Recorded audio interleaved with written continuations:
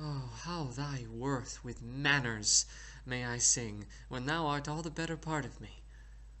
What can mine own praise to mine own self bring, and what is't but mine own, when I praise thee?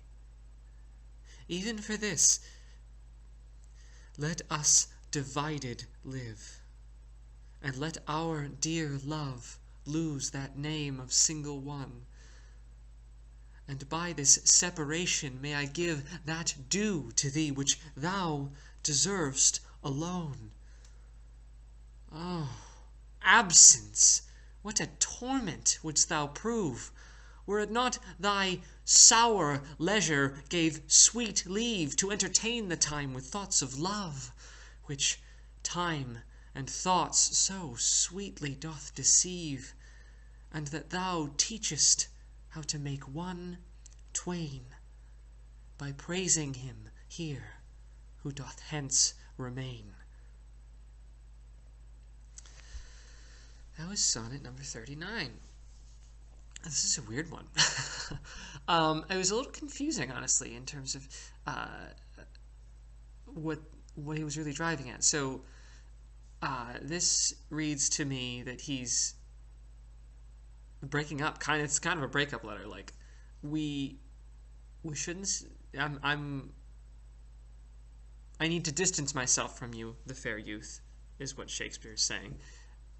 But it's unclear to me what the nature of their relationship is, because throughout all the sonnets, he kind of just praises his beauty. He talks about how beautiful he is. And it reads kind of superficial, but it's not to say that he's not praising his character and praising his virtue and praising his, that he's a wonderful human being that does wonderful things.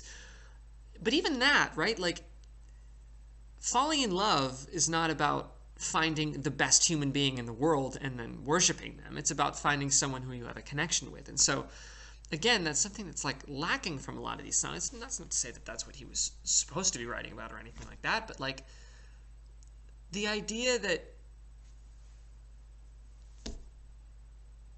this kind of self-imposed separation, which the argument is, I am so close to you. I am so infatuated with your being that we are like one person. And so when I write and talk about how wonderful you are, it's like I'm talking about how wonderful I am, and that's empty praise. It's kind of a weird, argument, Shakespeare. But it is interesting to think about because, if you think about like the actual historical context, so like why did Shakespeare write these sonnets, and was there a fair youth? Was there a guy that Shakespeare was fond of romantically? And was that the crux of this? Was he writing these sonnets because he could not, because of society at the time, publicly express his feelings for him? And so that... But this is all speculation. Like there's very little known about this, right? At least that I'm aware of. I'm not aware of like a definitive, the fair youth was this guy and this was the nature of his relationship with Shakespeare. It's kind of, anybody's guess. And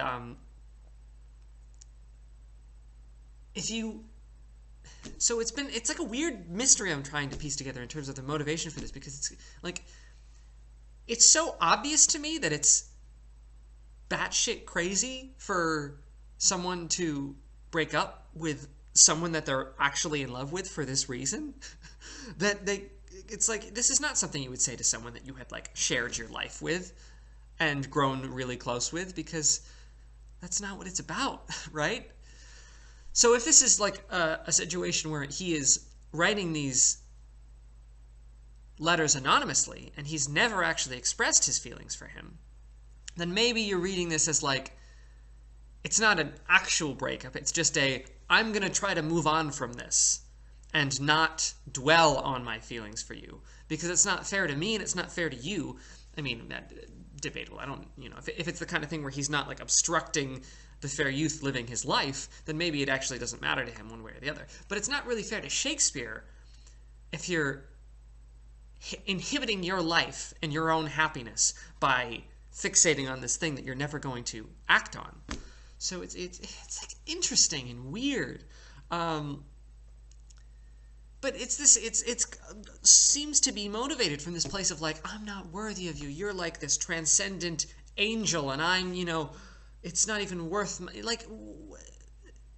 What are you talking about, man? Like, is the guy just kind of pretty? And that's kind of cool. Sure, you want to write about this physical specimen? Great, that's it. Beauty is something that's worthwhile to write about, but it's different from love. And I'm not saying that Shakespeare doesn't know that. I'm sure he knows that. His writing shows, and his other writing shows that he knows that. I mean, his sonnets show that he knows what love is too. And it's just frustrating, man. It's like, some of these sonnets are very frustrating to read, but I like to think it's because they exist because he had to write it. He had to get stuff off of his chest that he couldn't just talk about. That I can much more easily relate to and understand that being a motivation, that it's this kind of like venting on paper, like, oh, it's so frustrating, I just want to say this to the person, but yeah, society's stupid. So yeah, this was a thought-provoking one. Yeah, it was interesting. So I'm curious to see if some of the later sonnets delve a little bit more into the nature of their relationship. So yeah, this was Sonnet 39. 3 more sonnets left, and then it's 2018. Holy crap, that's crazy.